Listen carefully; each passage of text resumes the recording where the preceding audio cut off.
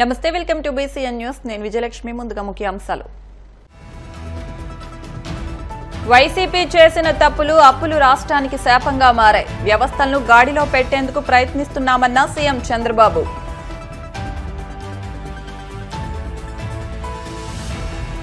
మంగళాద్రి క్షేత్రంలో కార్తీక పౌర్ణమి వేడుకల్లో పాల్గొన్న నారా లోకేష్ గండబేరుండ జ్వాలా దీపోత్సవంలో పాల్గొని జ్యోతి ప్రజ్వలన చేసిన మంత్రి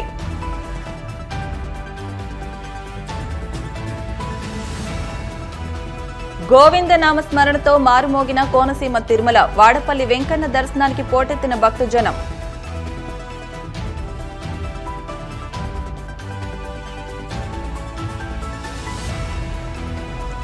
తిరుమలలో సాధారణంగా భక్తుల రద్దీ నిన్న శ్రీవారి హుండీ ఆదాయం 3.12 కోట్లు వచ్చినట్టు వెల్లడించిన టీటీడీ రాష్ట్రంలో వ్యవస్థలను గాడిలో పెట్టేందుకు ప్రయత్నిస్తున్నామని సీఎం చంద్రబాబు పేర్కొన్నారు రాష్ట్రాన్ని నిలబెట్టాలనే ఉద్దేశంతోనే కూటమిగా ఏర్పడి పోటీ చేశామన్నారు బడ్జెట్పై శాసనసభలో ఆయన ప్రసంగించారు మోదీ పవన్ ప్రజలు తనపై ఎంతో నమ్మకం పెట్టుకున్నారని దాన్ని నిలబెట్టుకునేందుకు సాయశక్తులా కృషి చేస్తానని చెప్పారు గత ప్రభుత్వ హయాంలో ప్రైవేటు పెట్టుబడులు రాలేదని పరిశ్రమలు పక్క రాష్ట్రాలకు వెళ్లిపోయాయన్నారు గత ప్రభుత్వం ఆస్తులు తాకట్టు పెట్టి అప్పులు తెచ్చిందన్నారు తాము అధికారంలోకి వచ్చేసరికి రాష్ట్రం వెంటిలేటర్పై ఉందని తన దగ్గర డబ్బులు లేవు కానీ నూతన ఆలోచనలు ఉన్నాయన్నారు నూతన ఆలోచనలతో సంపద సృష్టించి పేదలకు పంచుతామన్నారు ప్రజలకు ఒకసారి చెప్పాలి ఆ రోజు చెప్పాము ఈ రోజు చెప్తున్నా సంపద సృష్టిస్తాం ఆదాయాన్ని పెంచుతాం పెంచిన ఆదాయాన్ని మళ్లీ మనకుండే అవకాశాలను తీసుకుని పేదవాళ్లకు సంక్షేమ కార్యక్రమాలు సాధికారత కోసం ఖర్చు పెడతాం మనం చెప్పినటువంటి సూపర్ 6 గాని మనం ఇచ్చిన ఎన్నికల హామీలు గాని పూర్తిగా నెరవేర్చడమే కాదు ఇంకా అదనంగా నెరవేరుస్తున్నాం ఓసారి ఎన్నికల మేనిఫెస్టోలో కొన్ని చెప్తాం మన దృష్టికి కొన్ని వచ్చినప్పుడు అది సంక్షేమం కావచ్చు అభివృద్ధి కావచ్చు ఇంకా ఏమేం చేయాలో చేసుకుంటా ముందుకు పోతాం ఇవన్నీ చేసి ఈ రాష్ట్రాన్ని స్టెప్ బై స్టెప్ ఒకే రోజు నేను చేసేస్తామని చెప్పలేను ఎందుకంటే ఎప్పుడూ చూడనటువంటి విధ్వంసం చూస్తున్నాను ఎప్పుడూ చూడనటువంటి అధికారుల్లో నిర్వీర్యం చూస్తున్నాను వ్యవస్థలు నిర్వీర్యమైపోయినాయి ఆ వ్యవస్థల్ని రన్ చేసే హెడ్ ఆఫ్ ది డిపార్ట్మెంట్స్ కానీ వ్యక్తులు కానీ ఎక్కడికక్కడ 5 సంవత్సరాల నుంచి ఒక షాక్లో నుంచి బయట వచ్చే పరిస్థితికి వచ్చారు అదే సమయంలో ఇప్పుడిప్పుడే ప్రతి ఒక్క వ్యవస్థని ఘాట్లో పెడుతున్నాం స్వర్ణాంధ్రప్రదేశ్ విజన్ తయారు చేశాం అది కూడా మనం డిస్కస్ చేస్తాం అదే మరి కేంద్ర ప్రభుత్వం ప్రవేశపెట్టినటువంటి కర్మయోగి ట్రైనింగ్ ప్రోగ్రామ్స్ అన్ని ఎంప్లాయీస్ కి వాళ్ళ అసిస్టెన్స్ కూడా తీసుకుంటున్నాం ఇంకా ప్రైవేట్ వ్యక్తులు తీసుకుంటున్నాం ఎంత తొందరగా చేయగలుగుతామో అంత తొందరగా చేయడానికి అనేక చర్యలు తీసుకుని మళ్లీ అన్ని రాష్ట్రాలతో సమానంగా ముందుకు పోవాలంటే వీలైతే దీర్ఘకాలంలో ఇంకా ముందుకు పోవాలంటే ఏమేం చేయాలో అవన్నీ చేస్తామని చెప్పి తెలియజేసుకుంటూ అందులో ఇది మొదటి మెట్టు ప్రారంభం మాత్రమే ఇది ఆ ప్రారంభంలో ఉండే అన్ని కూడా అడ్జస్ట్ చేసిన తర్వాత మొత్తం బడ్జెట్ చూస్తే 2,94,427 కోట్ల రూపాయలు పోయిన సంవత్సరం యాక్చువల్ కంటే 15% అదనం అని చెప్పి మరొకసారి మీకు అందరికీ తెలియజేస్తున్నాను రెవెన్యూ వ్యయం 2,35,916 కోట్లు మూలధన వ్యయం 32,712 కోట్లు రెవెన్యూ లోటు 34,743 కోట్లు ద్రవ్య లోటు 68,742 కోట్లు ఉండే ఇబ్బందుల్లో one of the best budget ఇది నేను 15 సార్లు బడ్జెట్ చూశాను మనమే పెట్టాం 15 సార్లు పెట్టినప్పుడు ఇలాంటి క్లిష్ట పరిస్థితులు ఇలాంటి ఇబ్బందికరమైన పరిస్థితులు one of the best budget తీసుకురాగలిగాం దీనికి కారణం కేంద్రం పూర్తిగా సహకరించడం నేను ఈ సభ ద్వారా నరేంద్ర మోడీ గారిని కేంద్ర ప్రభుత్వాన్ని అక్కడుండే ఫైనాన్స్ మినిస్టర్ గారిని అందరినీ కూడా మనస్ఫూర్తిగా అభినందిస్తున్నాను మంగళగిరి నియోజకవర్గంలోని మంగళాద్రి క్షేత్రంలో కార్తీక పౌర్ణమి వేడుకల్లో మంత్రి నారా లోకేష్ పాల్గొన్నారు. తొలుత దిగువ సన్నిధిలో ఓం శ్రీ మణిద్వీపం చారిటబుల్ ట్రస్ట్ ఆధ్వర్యంలో ఏర్పాటు చేసిన కోటి దీపోత్సవంలో పాల్గొని అఖండ కోటి దీపం వెలిగించారు.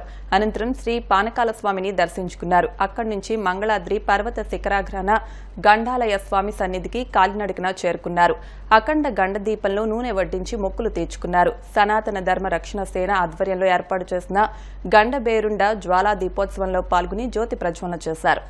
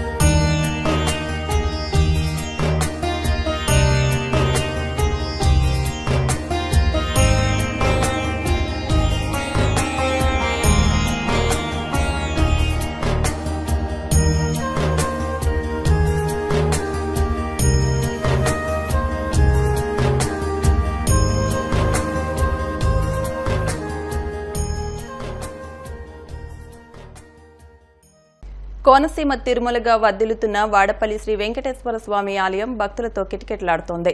శనివారం స్వామికి ప్రీతికరమైన రోజు సందర్భంగా ఆలయంలో ప్రత్యేక పూజలు నిర్వహించారు. స్వామివారి దర్శనానికి వచ్చిన భక్తులకు ఎలాంటి ఇబ్బందులు తలెత్తకుండా ప్రత్యేక ఏర్పాట్లు చేసినట్టు ఆలయ అధికారులు తెలిపారు. భక్తులు అధిక సంఖ్యలో హాజరై స్వామిని దర్శించుకుని మొక్కులు చెల్లించుకున్నారు.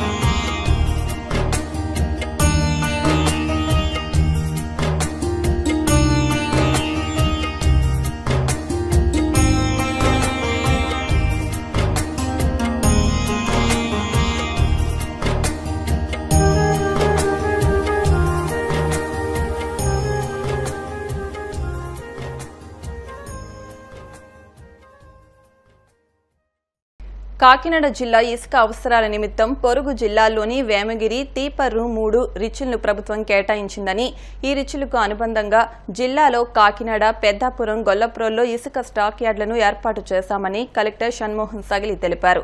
కాకినాడ కలెక్టరేట్లో ఆయన మీడియాతో మాట్లాడుతూ, తూర్పు గోదావరి జిల్లా కడియం మండలంలోని వేమగిరి రీచ్ను, పశ్చిమ గోదావరి జిల్లా పెరవలి మండలంలోని తీపర్రు 3 రీచ్ను కాకినాడ జిల్లాకు ప్రభుత్వం కేటాయించిందన్నారు. ఈ రీచ్ల నుండి ఇసుకను తవ్వి కాకినాడ, పెద్దాపురం, గొల్లప్రోల్లో ఏర్పాటు చేసిన స్టాక్ యార్డుల్లో నిల్వ చేయడం జరుగుతుందని చెప్పారు. ఈ నెల 24, 25 తేదీల నాటికి స్టాక్ యార్డులో ఇసుక వినియోగదారులకు అందుబాటులోకి వస్తుందన్నారు. వినియోగదారులు నేరుగా ఈ 2 రీచ్ల నుండి గానీ, స్టాక్ యార్డుల నుండి గానీ ఇసుకను పొందవచ్చని తెలిపారు. కాకినాడ జిల్లాలో స్పెసిఫిక్ గా మనకు శాండ్ రీచెస్ కానీ ఎన్విరాన్మెంట్ క్లియరెన్స్ ఉన్న అంటే పర్యావరణ అనుమతులు ఉన్న శాండ్ రీచెస్ మన కాకినాడ పరిధిలో లేవు. సో మనం ఏదైనా అమలాపురం అంటే కోనసీమ జిల్లా నుంచి కానీ లేదా ఈస్ట్ గోదావరి రాజమండ్రి వైపు నుంచి కానీ మనం ఆధారపడాల్సిన పరిస్థితి. సో అందువల్ల లాస్ట్ 2 months నుంచి మన 2-3 months నుంచి ఇన్ఫాక్ట్ ఇబ్బంది పడుతున్నమాట వాస్తవం. అప్పటి వరకు మనకి పెద్దాపురం స్టాక్ యార్డ్ లో ఉన్న శాండ్ కొంత వాడగలిగాము. అందరికి గవర్నమెంట్ వర్క్స్ కానీ ఏదైనా నేషనల్ హైవేస్ వర్క్స్ కానీ ఏదైనా చిన్న చిన్న వర్క్స్ చేసుకున్న వరకు మనం అక్కడ నుంచి అలాట్ చేయడం జరిగింది. సో అలా అప్పటికప్పుడు ఏదో సర్ది పెట్టుకోవడం తప్పితే మనకంటూ ఒక సోర్స్ అంటే ఒక రీచ్ ఉండడం, ఒక సోర్స్ ఉండడం లేదనమాట. అందుకని మనం గవర్నమెంట్ కి రిప్రజెంట్ చేసి ఆనరబుల్ డిప్యూటీ సీఎం గారు, తర్వాత సీఎం గారికి రిప్రజెంట్ చేసి సార్ ఇక్కడికి వచ్చినప్పుడు, కాకినాడకి వచ్చినప్పుడు కూడా మనకంటూ ఒక 2 రీచెస్ ఉండాలి కాకినాడకి.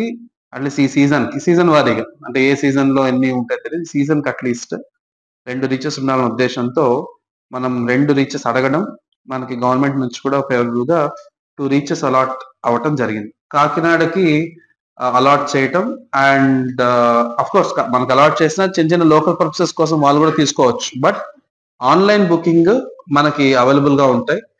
ఎనీ కస్టమర్ అంటే ఇళ్ళకి అవ్వచ్చు, లేదంటే బల్క్ కస్టమర్ అంటే ఏదైనా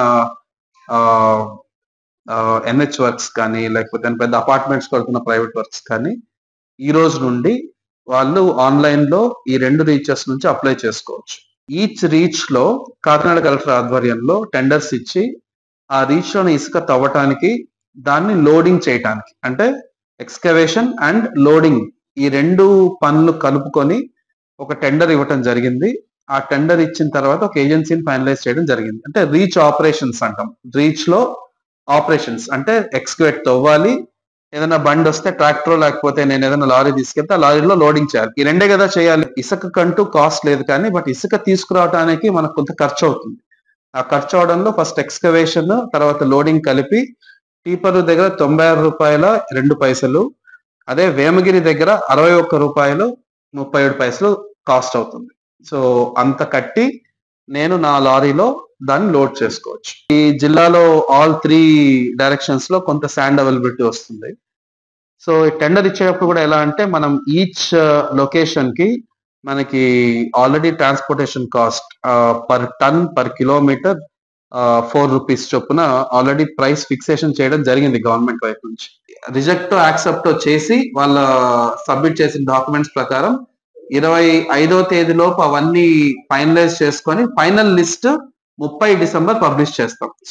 సో అలాగా ప్రతి చోట కొన్ని అవాంఛనీయ సంఘటనలు జరగటం, మనం దాన్ని అయిన తర్వాత దాన్ని కేసులు పెట్టడం ఇవన్నీ చేయకుండా ఫస్టే ఒక క్యాంపెయిన్ లాగా డిస్ట్రిక్ట్ లో ఒక 6 months ప్రతి డిపార్ట్మెంట్ నుంచి వాళ్ళకి సంబంధించిన బెనిఫిషరీస్ కానీ వాళ్ళకి సంబంధించిన వాళ్ళు రెగ్యులర్ గా ఇంటరాక్ట్ అయ్యే డిపార్ట్మెంట్స్. సో ఫస్ట్ ఫేజ్ లో డిఓ స్కూల్స్, తర్వాత డ్వామా అంటే ఎన్ఆర్జీఎస్ వర్కర్స్.